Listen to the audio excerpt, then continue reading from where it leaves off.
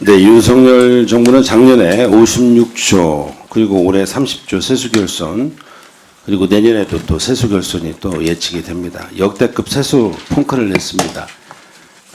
윤석열 정부 들어와서 우리 경제부총리님 누군가는 책임져야 되는데 어떻게 생각하십니까? 뭐 모든 것은 제가 부총리이기 때문에 제 책임입니다. 그래서 그 가운데 민생은 파탄 났는데 우리 국민들께서는 고통 속에서 하루하루 버티기가 힘들고 여기에 반해서 그 윤석열 대통령의 국정 지지도가 10%대까지 떨어지는 여론조사까지 나왔어요.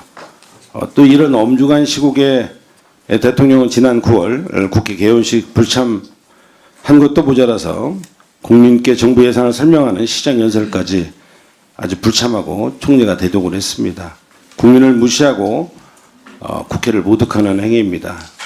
대통령은 하고 싶으면 하고 안 하고 싶으면 안 하는 그런 자리가 저는 아니라고 생각을 합니다. 어떻습니까? 제가 그 의원님 말씀에 대해서 제가 답변 드릴 처지 있지 않은 것 같습니다. 이것은 우리 야당뿐만 아니라 여당에서도 많은 비판들이 제기가 되고 있어요.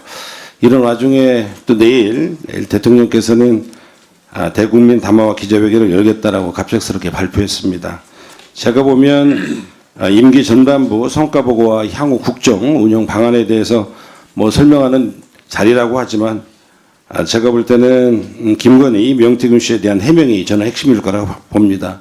국회에 나오지 않고 언론에다 대국민 담화, 국민을 정말 바보로 생각하는 것 아니겠습니까? 이런 국정기조 저는 바뀌어야 된다 생각을 하고요. 민생을 위한 예산안 설명은 내팽개치고 국민 무시해도 이렇게 해서는 안 된다라는 지적을 하고 그리고 25년도 정부 예산을 보면은요. 저는 보면은 윤석열 대통령 무능과 독선을 그대로 우리 기재부도 저는 꼭 빼닮았다라고 저는 봐집니다. 앞서 예비비부터 시작해서 민생 그 현안 예산과 관련돼서 정의령 의원님 또 박홍원 의원님, 정성호 의원님, 최기상 의원님 많은 분들이 지적이 있었는데 화면 한번 보시죠. 내년도 예산안은 고집 예산입니다. 2년 연속으로 역대급 세수 펑크를 내놓고 초부자 감세를 하고 있습니다. 그런 와중에 경찰청이나 법무부 같은 권력기관들은 특할비, 특경비를 증액했고 심지어는 경호처도 탑3에 포함되어 있어요. 그리고 법무부 증액분 26억 원은 다 검찰청 예산입니다. 게다가 경찰청이랑 법무부는 몇십억씩 이렇게 증액을 시켜주는 게 저는 말이 되는지 저는 묻지 않을 수가 없습니다. 특히 이제 명세서도 내지 않고 거부하고 있는데 안 되는 것이죠. 또 둘째로는 무시 예산입니다. 국민의 생명과 안전 그리고 역사 바로 세우기 관심이 없는 윤석열 대통령을 닮아서 그런지 예산액들이 전부 다 감액이 돼 있어요. 세 번째로는 재난안전예산에 1조 6천억 감액이 돼 있고 일본 역사 왜곡, 독도 주권 소유 예산도 전부 다 감액이 돼 있습니다. 국가는 대한민국의 역사를 지켜줘야 됩니다. 셋째는 거짓 예산입니다. 지난 총선 때 대통령께서는 민생 토론회 24회나 개최를 갖고 수많은 공약들을 했어요. 그런데 여러 사업들이 이 중에 예산이 반영이 안 돼 있습니다. 새만금 농생명 용지 용수 공급이라든가 광주 영암 연구 용역비라든가 팔공산 고속도로 사업자는 전부 다 미반영됐습니다. 선거 개입 의도로밖에 볼 수가 없고 공수표를 남발하는 것이 증명된 셈이죠. 부총님 어떻습니까? 구체적인 말씀을 제가 하나하나 드리긴 어렵고요. 의원님 말씀에 동의하지 않는 부분도 있고 설명이 더 드릴 수 있는 부분이 있는데 그건 예산 심의 과정에서 의원님께 성실히 설명을 드리겠습니다. 그래서 윤석열 정부는 부자감사나 검찰질 같은 데 고집을 피우고 정작 중요한 국민의 민생이나 안전 그리고 우리 역사 문제들을 무시해버리고 있습니다. 국정 지지율이 10% 이렇게 위태로워진 상황인데 국회 예산안 설명하러 오지도 않았어요. 그런데 정말 더 우려스러운 것은 대통령 혼자만 그러는 게 아닙니다. 지금까지 기재부도 비슷한 모습을 보이고 있습니다.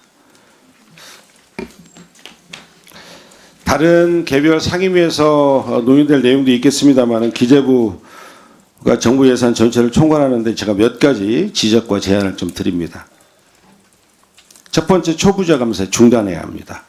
지금까지 기재부의 세법 개정안처럼 상속세율 최고 과세 구간을 날려버린다면 어떻게 되겠습니까? 10억에서 30억 구간에 예전처럼 똑같이 40%가 적용이 되는데 오히려 30억원 위로만 50%에서 40%가 감세가 됩니다. 이게 부자 감세가 아니고 뭐겠습니까? 둘째로 권력기관 특활비, 특경비, 증액권을 삭감해야 합니다. 셋째, 앞에서 말한 국민의 안전과 역사적 정체성을 지키기 위한 사업들이 삭감된 것은 전부 다시 원점으로 되돌려놔야 됩니다. 오히려 예산을 증액시켜야 되겠죠. 그리고 넷째로는 국가의 미래를 이끌어갈 세대들을 위해서 아동수당 확대, 또 우리 아이들 자립펀드, 저출생 대응사업 확대해야 합니다. 그리고 고교 무상교육 국비 지원을 유지해야 합니다. 그리고 다섯째, 지역사랑 상품권, 민생회복지원금을 통한 내수경기 활성화를 적극적으로 추진해야 된다고 봅니다. 과거 본 의원이 그동안 누차 이야기를 했습니다. 골목상권, 소상공인 자영업자, 지난해 100만 개가 폐업이 됐습니다. 온누리 상품권에 대한 기대 효과도 있습니다. 재래시장에 대해서는 긍정적인 반응과 효과들이 있겠지만 소상공인 자영업자 무너지지 않도록 국가가 정부가 책임 있게 그 역할을 해야 됩니다. 특히 지금은 경제 위기, 내수 민생 위기입니다. 경제를 활성화하기 위해서 우리 기재부가 적극적인 재정 정책이 필요하다고 생각합니다. 부총리님 어떻게 생각하십니까? 네, 뭐 구체적인 내용에 대해서는 또 위원님께 설명을 드릴 거고요. 큰 틀에서 말씀하신 것 중에서 기획재정부가 아니 정부가 지금 저희가 전체적으로 그 어려운 민생의 어려운 부분에 대해서 그 어려운 부분들을 중심으로 해서 재정이 적절 역할을 해야 되는 데 대해서는 제가 적극적으로 전 동의를 하고요. 이번 예산안에 저희가 그런 부분을 최선을 다해 담았다 이렇게 말씀을 드릴 수 있습니다. 네, 황명선 의원님 수고하셨습니다. 다음은 총장님 김영진 의원님 질의하시겠습니다. 네,